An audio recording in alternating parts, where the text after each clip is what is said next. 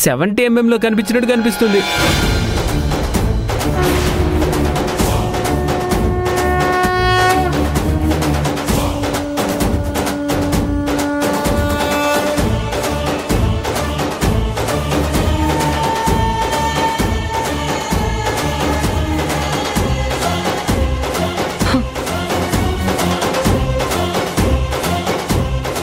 చూసావా ఎంత మంచి పని చేసిందో?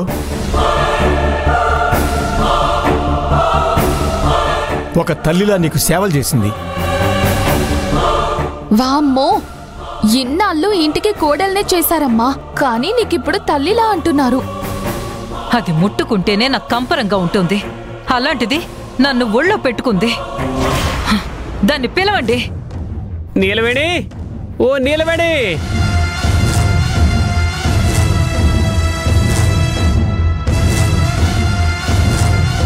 చెప్పండి అయ్యగారు. అత్తయ్య గారు పిలిచారమ్మా. చెప్పండమ్మా.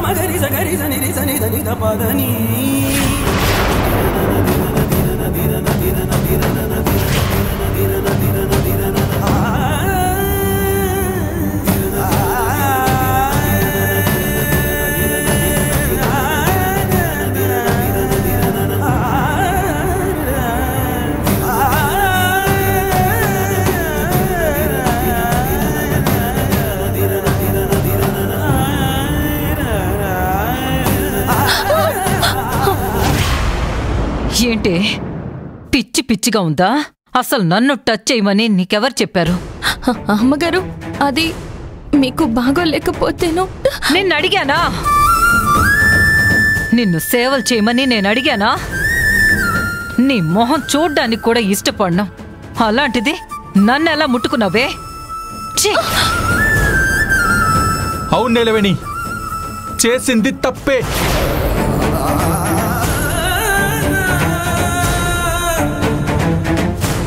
పాముకి పాలు పోసినా బుస కొడుతుంది.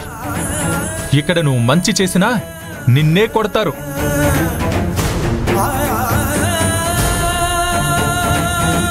ఇలాంటి వాళ్ళకి దూరంగా ఉండమని చెప్పాను కదా, ఎందుకు ఇలా చేశావు?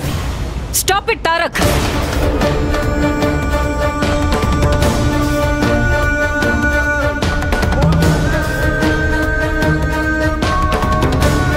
దాన్నింట్లో ఉండనిచ్చి తప్పు చేసిందే కాక నన్ను పాముతో పోలుస్తున్నావా?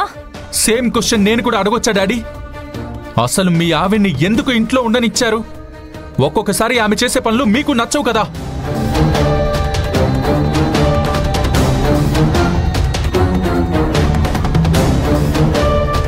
తను నా భార్య, గొడవలుంటే సర్దుకుపోవాలి. మరి నీలవేణి నా భార్య, తను నాతో ఏ గొడవ పడదు, పైగా నాకు కష్టం రాకుండా చూసుకుంటుంది. మరి అలాంటి నా భార్యని ఇంట్లో ఎందుకు ఉండనివ్వకూడదు డాడీ? అది నేను ఒకటే ఎలా అవుతాం?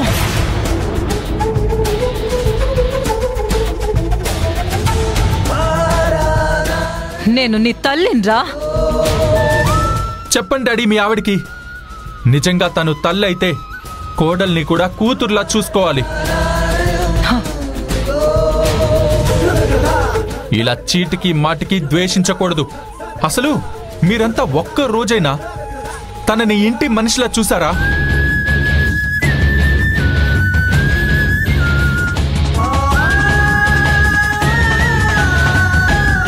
తారక్ సార్, మీరు నా వల్ల గొడవ పడకండి. అమ్మగారు చెప్పినట్టే నేనెక్కడ ఉండాలో అక్కడే ఉండాలి.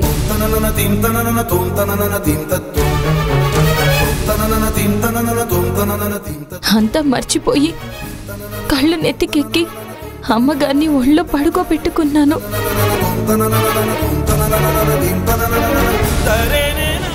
నన్ను క్షమించండి అమ్మగారు. నార్మల్. ఇంకెప్పుడు నా పర్మిషన్ లేకుండా అస్సలు నా దరిదాపుల్లోకి రావద్దు, గుర్తుంచుకో.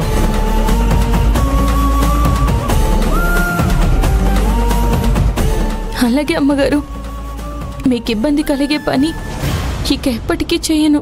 అదేంటి, నువ్వు రోజు చేసేది అదే కదా? అంటే నా ఉద్దేశం అత్తయ్య గారికి నచ్చట్లేదు కదా అంటున్నాను.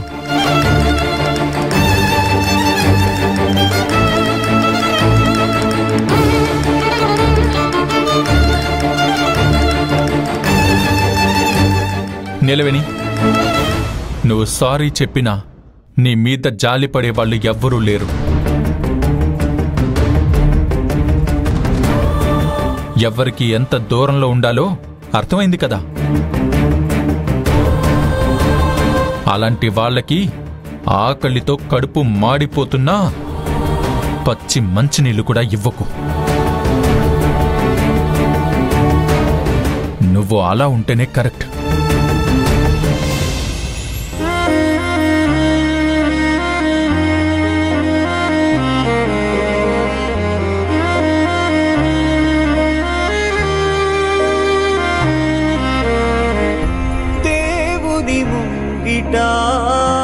దీపపు వెలుగునా కరిగే కాంతిని కథై రెక్కలు విరిగినా పక్షిగా మారినా పయనం మొదలు పెడితివా. ఈ విషపు నాగులా నట్టింట నీవెలా నూరేళ్ల కాపురం చేస్తావు ప్రాణమా.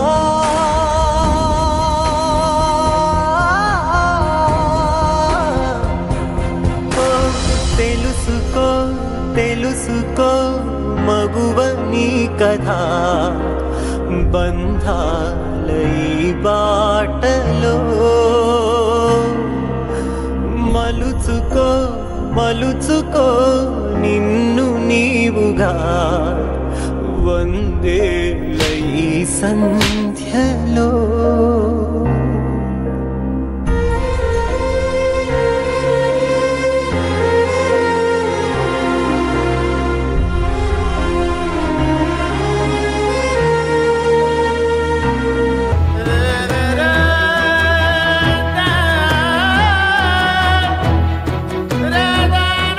అమ్మా నీలవేణి, ట్యాప్ వదిలేసి అంట్లు దోముతున్నావు ఎందుకమ్మా?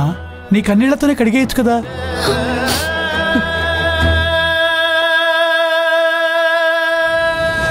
చూడమ్మా, భయపడే కొద్దీ భయపెడతారు, బాధపడే కొద్దీ ఇంకా కష్టపెడతారు. అది మనుషుల లక్షణం. మంచి మనసున్న నీలాంటి వాళ్ళు ఇంకా నొచ్చుకుంటారు. చల్లి జ్వరం వచ్చిన అమ్మగారికి త్వరగా నయం అవ్వాలని చంటి పాపలా చూసుకుంటే అపార్థం చేసుకుని కొట్టారన్నా. నీ స్థానంలో ఇంకెవరైనా ఉంటే తిరిగి చేయెత్తేవాళ్ళమ్మా. అయ్యో, కళ్ళలో కూడా అమ్మగారి మీద చెయ్యెత్తకూడదు. ఇంత అమాయకురాలు కాబట్టే నీ జీవితంతో ఆడుకుంటున్నారు. నువ్వు ఈ ఇంటి కోడలువని వాళ్ళు వీళ్ళు అనుకోవటం కాదమ్మా, నువ్వు అనుకోవాలి. కానీ నువ్వు పని మనిషిగానే ఉంటున్నావు, అలాగే వాళ్ళ కంటికి కనబడుతున్నావు. అందుకే ఈ చిన్న చూపు.